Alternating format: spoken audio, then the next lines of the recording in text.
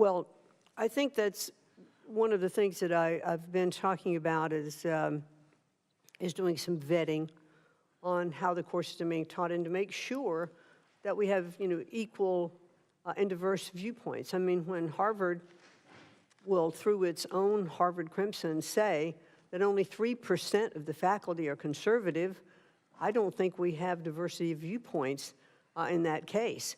And even in hiring, we're looking at Harvard. Harvard had the standard case. It was right. Students versus Harvard. Thank you. It was Harvard's not hiring, through merit, it's decreasing those populations of students from, it's against a lot of Asians in the community. So all of those things have to be taken into consideration. I agree with you that we have a shortage of people going into skills-based learning programs, be they tech schools, be they trade schools, what have you. I think part of the answer is to disseminate the statistics showing how much better, say, a plumber or an electrician or a welder does than people with a communication arts degree or a business marketing degree.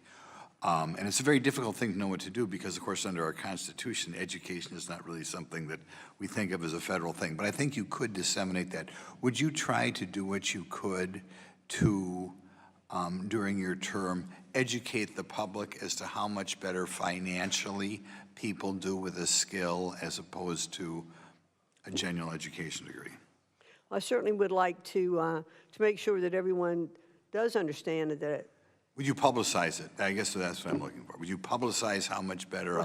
I think those stats are available. All you have to do is have a plumber come to your house. Boy, I can tell you that I might be in the wrong business sometimes. I hope you use your position. My final question is, one of my colleagues here talked about so-called difference by income level, and I always think that's not where they should be looking. I think they should be looking by family background.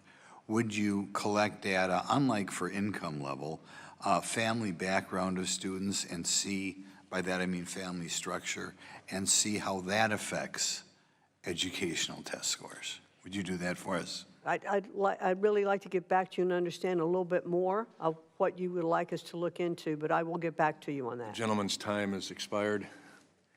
I now yield or recognize the gentlelady from North Carolina, Ms. Adams, for her 5 minutes. Thank you, Mr. Chairman, and thank you, Secretary McMann, for being here today. I hope that I will have an opportunity to meet with you. I had made a request, and we weren't able to do that, and hopefully you'll reconsider. But let me just raise a concern that I heard from one of my constituents who served in the Department of Grants Management Policy Division. Their entire unit received a RIF notice in March. This office, from what I understand, held key oversight functions for grant administration and compliance, and ensuring that taxpayer dollars were used effectively and legally, and that the department's obligations under federal statute were met. I know you've spoken about the importance of streamlining and efficiency, and I respect that. I know it's difficult sometimes. But let me ask if you can speak to the department's plan for transitioning this critical compliance work moving forward, and how you are ensuring that core responsibilities around federal grant oversight, training, and legal compliance are still being fulfilled.